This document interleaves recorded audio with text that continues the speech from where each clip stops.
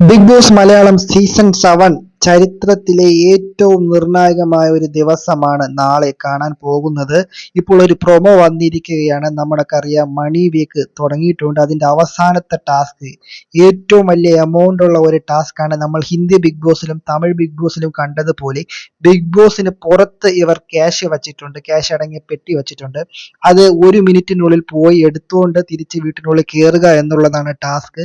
അതിൽ ആദിലയും അക്ബറും അനുമോളുമാണ് നമുക്ക് പ്രൊമോയിൽ കാണുന്നത് പെട്ടിയെടുക്കാൻ വേണ്ടി ഓടുന്നത്. ഇതിൽ ഒരാൾ പുറത്തായി എന്ന് കേൾക്കുന്നു. ആരാണ് എന്നുള്ളത് വ്യക്തമായിട്ടില്ല. അനുമോളാണോ അതോ അക്ബറാണോ ആദിലയാണോ എന്നുള്ളത് നാളെ നമുക്ക് ലൈവ് കാണുമ്പോൾ മനസ്സിലാവും. ബിഗ് ബോസ് ചരിത്രത്തിലെ തന്നെ ഏറ്റവും വലിയ റേറ്റിംഗ് കിട്ടാൻ പോകുന്ന ഒരു ദിവസമായിരിക്കും നാളെ. ഹിന്ദി ബിഗ് ബോസിലും തമിഴ് ബിഗ് ബോസിലും മാത്രം കണ്ടുവരുന്ന ഒരു കിടിലം ടാസ്ക് ആണ് ബിഗ് ബോസ് വീടിന് പുറത്ത് ചെന്ന് മണി ബോക്സ് എടുത്തുകൊണ്ട് അകത്ത് വരിക എന്നുള്ളത്. 15 ലക്ഷമാണ് മണി ബോക്സിൽ എന്നാണ് അറിയാൻ സാധിച്ചത്. ഇത് സത്യമാണോ അല്ലയോ എന്നുള്ളത് അറിയില്ല. എന്ത് തന്നെ ആയിരുന്നാലും ഒരാൾ പുറത്താവാനുള്ള സാധ്യതകളുമുണ്ട്. ഇനി 3 പേരും അകത്ത് കയറിയോ ഇല്ലയോ എന്നുള്ളതും നാളെ ലൈവ് കാണുമ്പോഴേ അറിയാൻ സാധിക്കുകയുള്ളൂ.